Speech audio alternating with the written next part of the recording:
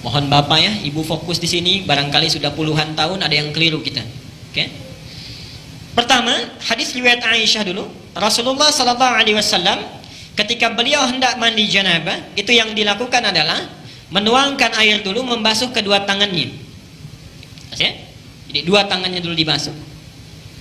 Kemudian setelah itu, ini gambaran umumnya, beliau berwudu seperti wudunya untuk salat. Jelas sampai sini? Basuh tangan, berwudu seperti wudu untuk salat. Yang ketiga, dari bejana yang sudah disiapkan itu, kalau kita mungkin gayungnya sudah ada, mengambil sebagian air, kemudian menyela-nyela rambutnya, diratakan dengan tangannya. Jadi tidak langsung menyiram air, Pak ya.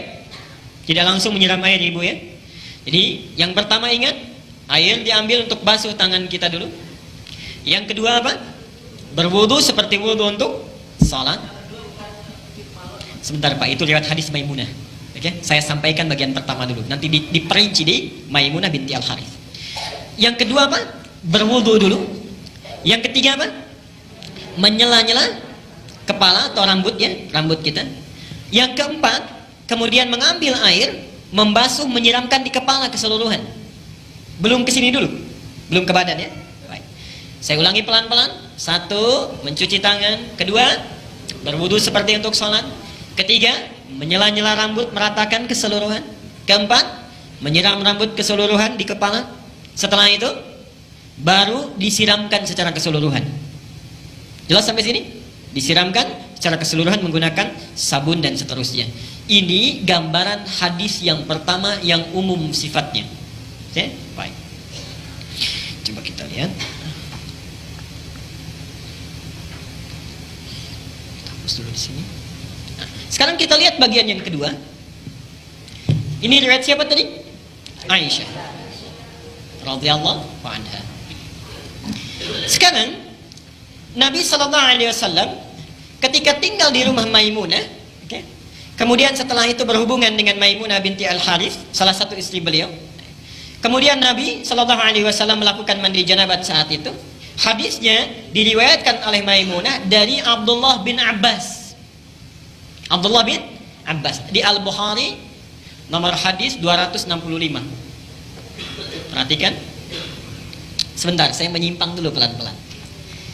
Ibu masih ingat Bapak kisah Ibnu Abbas itu? Anaknya usia berapa tahun? Baik, silahkan cek pertemuan kita yang lalu, hadis Abu Daud nomor hadis 1365 itu ya.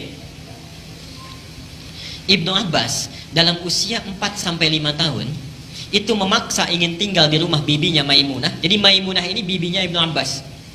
Tinggal di sana, ingin melihat bagaimana sifat bangunnya Nabi dari tidurnya sampai tahajud. Saya pernah terangkan ini ya. Ibnu Abbas memperhatikan itu, berdiri di depan kamar Nabi, diperhatikan bagaimana kira-kira Nabi bangun tidurnya. Sampai kemudian tahajud, diajak beliau untuk menunaikan tahajud. Ternyata tidak berhenti sampai di situ.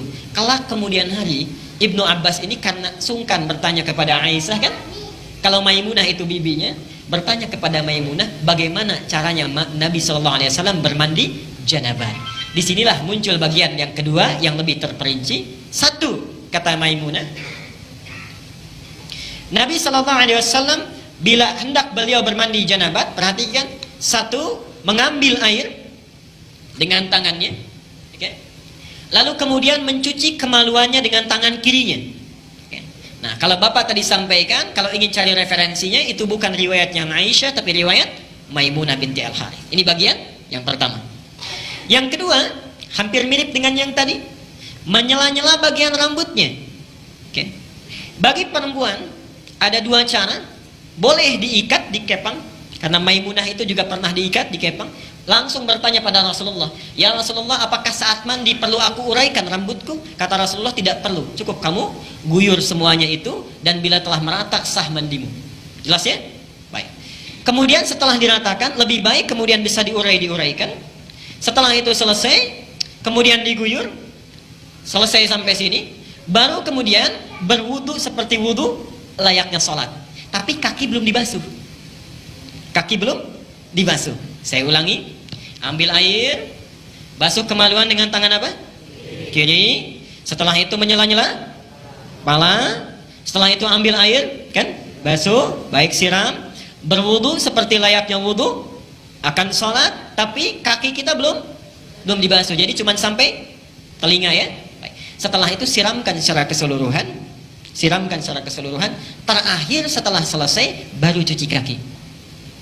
Jelas sampai sini? Nah, ini bisa ditemukan di Al-Bukhari nomor hadis 265. Nah, dari sinilah kemudian ulama menggabungkan kedua hadis ini, dibuatlah susunan yang lebih lengkap. Pas ya? Baik, jadi dari yang pertama kalau kita gabungkan dua hadis ini, pertama mengambil air, cuci tangan dulu, riwayat Aisyah ya. Setelah tangan dicuci kemudian mencuci kemaluan. Setelah itu selesai, ada yang terlewat tadi. Kalau di zaman Nabi, setelah mencuci kemaluan, dibasuh dengan air, lalu Nabi menepuk-tepukan ke tanah atau ke tembok. Ya. Itu maksudnya menghilangkan barangkali sebagian kuman-kuman yang masih menempel. Sifat tanah kan bisa menghilangkan, karena dulu belum ada sabun seperti sekarang.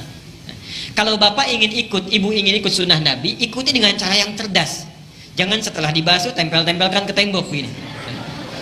Cukup pakai sabun, dicuci dengan sabun. Saya ulangi dari awal.